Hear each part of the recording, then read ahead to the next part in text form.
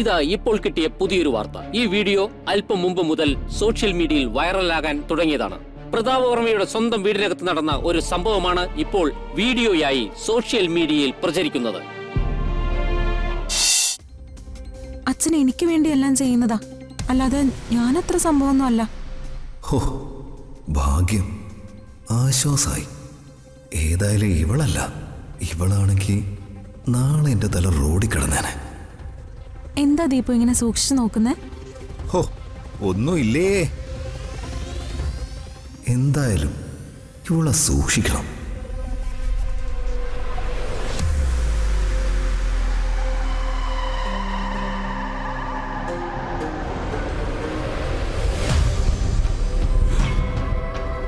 എടീ, പ്രിയ എങ്ങനെ പറയണമെന്ന് മനസ്സിലാക്കാം.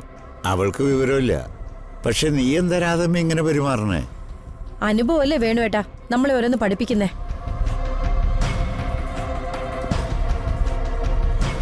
കണ്ണടച്ച് ഓരോരുത്തർ വിശ്വസിച്ചത് എനിക്ക് പറ്റിയ തെറ്റാ. ഞാൻ ഇനി ആരെയും വിശ്വസിക്കില്ല.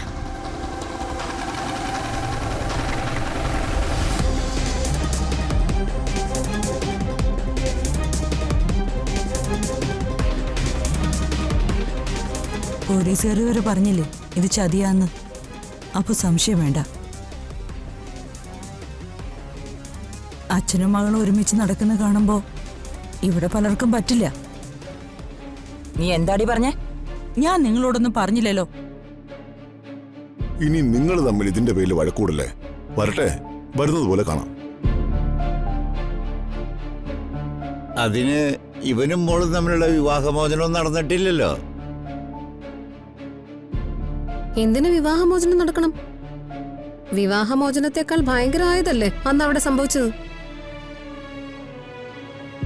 ഞാനിവിടെ ഇല്ലായിരുന്നു. ശരിക്കും എന്താണ് ഉണ്ടായത്? അച്ഛനെ വേണോ ഭർത്താവിനെ വേണോന്ന് വർമ്മ സാറും അംബികയും കൂടി ഋതികയോട് ചോദിച്ചു. അവള് പറഞ്ഞു അവക്ക് അച്ഛനെ മതിയെന്നു. അങ്ങനെ രാജുവിനെയും ഞങ്ങളെയും ആ വീട്ടിൽ നിന്ന് ഇറക്കി വിട്ടു. ഇതാ ഇപ്പോൾ കിട്ടിയ പുതിയൊരു വാർത്ത. ഈ വീഡിയോ അല്പം മുമ്പ് മുതൽ സോഷ്യൽ മീഡിയയിൽ വൈറലാകാൻ തുടങ്ങിയതാണ്. പ്രതാപ് വർമ്മയുടെ സ്വന്തം വീടിനകത്ത് നടന്ന ഒരു സംഭവമാണ് ഇപ്പോൾ വീഡിയോയായി സോഷ്യൽ മീഡിയയിൽ പ്രചരിക്കുന്നത്.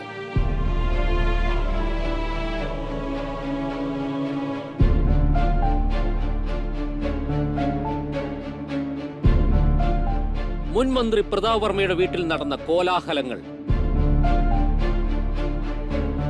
തെരുവുകളിലും ചില മദ്യശാലകളുടെ മുമ്പിലും മാത്രം നടക്കുന്ന അടിപിടികളെക്കാൾ തരം താഴ്ന്ന പോർവിളികൾ, കയ്യാങ്കളികൾ.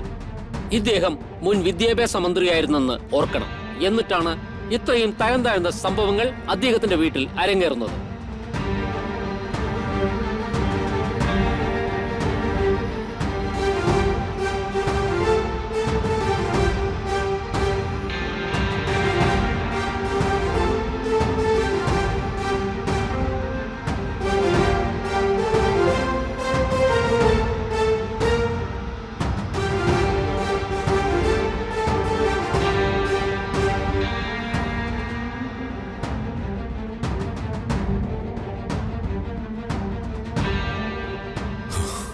എന്തൊരു ചതിയാണ് ദൈവമേ.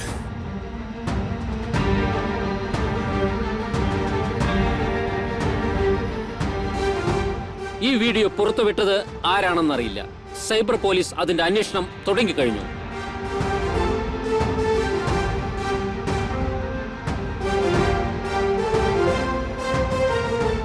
എന്തായാലും രാഷ്ട്രീയ കേരളം ഉറ്റുനോക്കുന്ന ഒരു വൈറൽ വീഡിയോയായി കേരളീയ സമൂഹം ഇത് ഏറ്റെടുത്തു കഴിഞ്ഞു.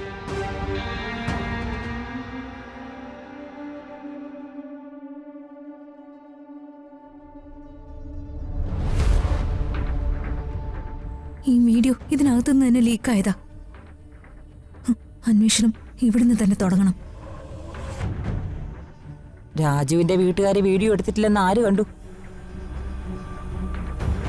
ഇതേ ആ രാജുവും അവന്റെ വീട്ടുകാരും ചേർന്ന് വ്യക്തിവൈരാഗ്യം തീർക്കുന്നതാ. രാജുവിന്റെ വീട്ടുകാരും ഇത്ര ചീപ്പായ കാര്യങ്ങളൊന്നും ചെയ്യില്ല. ഇതിനകത്തുനിന്ന് തന്നെ പോയതാ. ചെയ്യിപ്പിച്ച ആൾക്കാരും ഇവിടെ തന്നെയുണ്ട്. നീങ്ങ വന്നേ.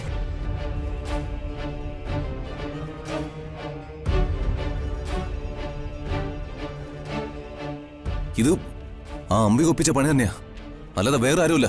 ഛേ, ആകെ നാണക്കേടായില്ലേ ഈശ്വര.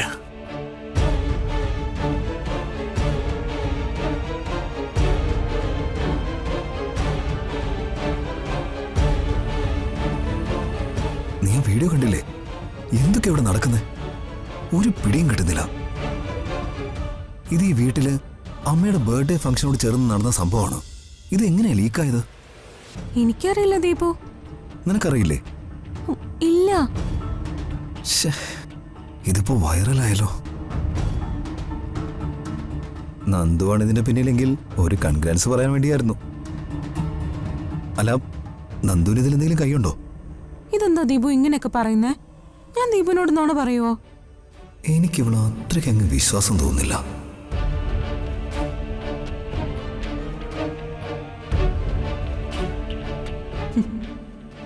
നീയൊക്കെ എന്നെ ശരിക്കും അറിയാൻ പോകുന്നതേ ഉള്ളൂ.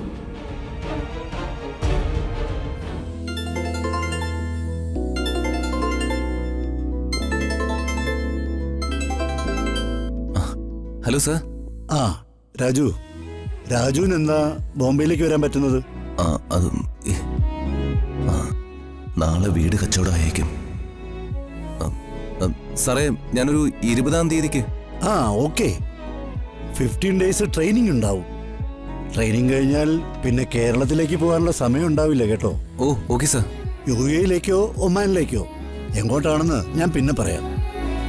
ഓ, ശരി സാർ. അപ്പോ അവിടേക്ക് പോകാനുള്ള എല്ലാ തയ്യാറെടുപ്പോടെയും വരണം. ഓ, ശരി സാർ. ആ,